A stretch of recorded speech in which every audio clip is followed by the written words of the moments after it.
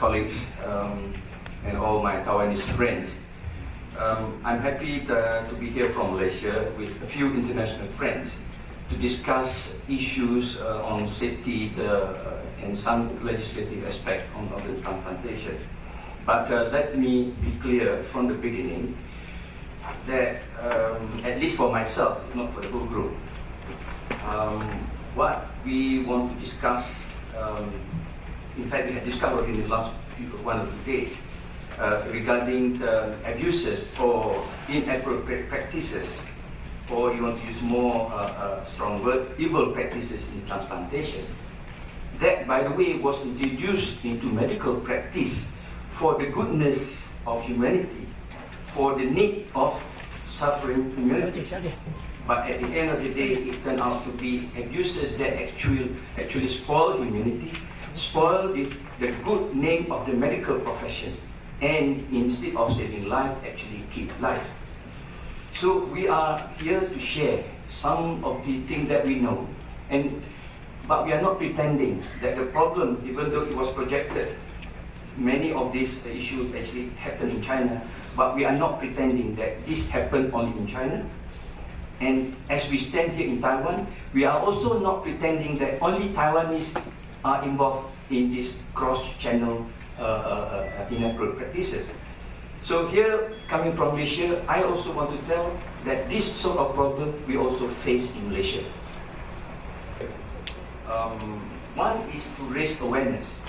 And I know that there are already awareness in Taiwan at various levels, at the legislative level, at the legislative one, at the professional level, at the community level. But the awareness may not reach the level that we think we should have.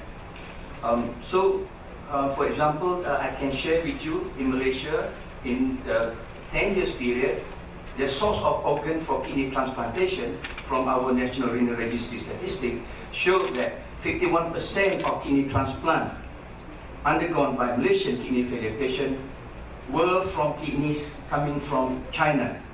But that, as I mentioned to one of my fellow friends, Professor Lavi, as I read the text prepared from Taiwan, I also realized that 54% of Taiwanese who had kidney transplant or organ transplant in the same period, 10-year period, was actually from China.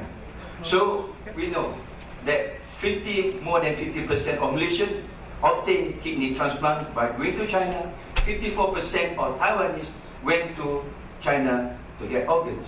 Now it will be very strange for me, coming from a country which has only 25% Chinese ethnic as a citizen, but we actually have to raise awareness that our patient went to China by the way of killing the Chinese to get organ to save Malaysian. But of course, Taiwanese and Chinese has got common cultural and common shared heritage. But is it okay? Is it acceptable for Chinese from Taiwan to go to China to get organs from people who are killed by the Chinese or the mainland China? Is that acceptable? Does everybody know that? Does everybody know that at the yuan, in the street, in the media?